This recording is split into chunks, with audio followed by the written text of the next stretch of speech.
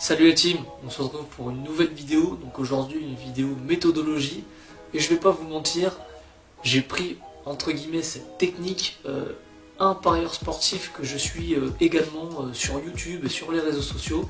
Donc je vais vous mettre sa chaîne YouTube en description et également en haut de la vidéo vous aurez le lien.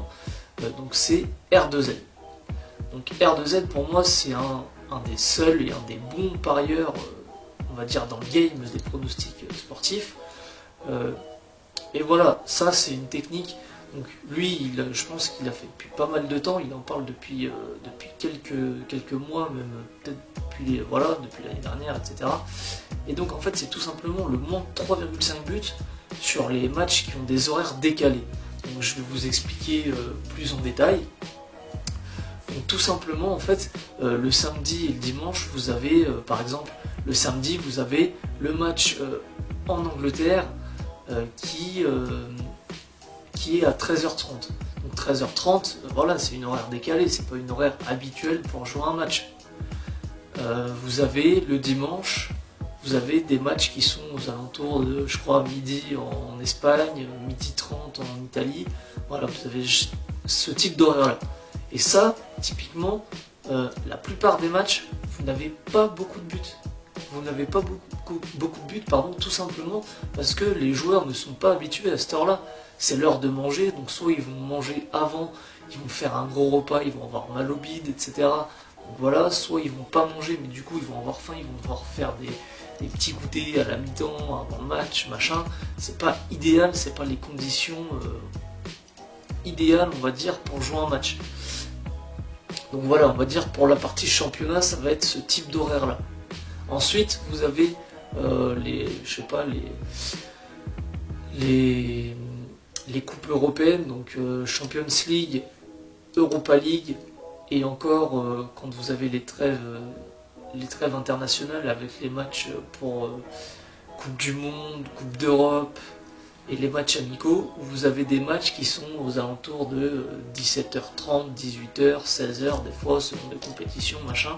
Et ça c'est pareil en fait, c'est des horaires à éviter, où c'est du monde des horaires où il y a moins de buts qu'habituellement. Donc tout simplement, voilà, moi je vais pas vous détailler en fait plus que lui ne l'a fait dans sa vidéo, je vais vous mettre le lien de la vidéo.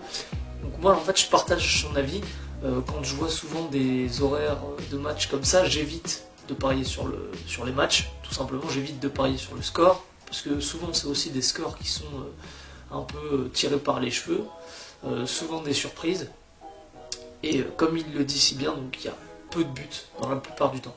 Alors je vous dis pas qu'il n'y a jamais de buts, et je vous dis pas que c'est tout le temps des moins de 3,5 buts, ça arrive de temps en temps, c'est sûr, c'est pareil, c'est comme tout, faut analyser, voilà, mais la plupart du temps vous n'avez pas beaucoup de buts dans ce type de match.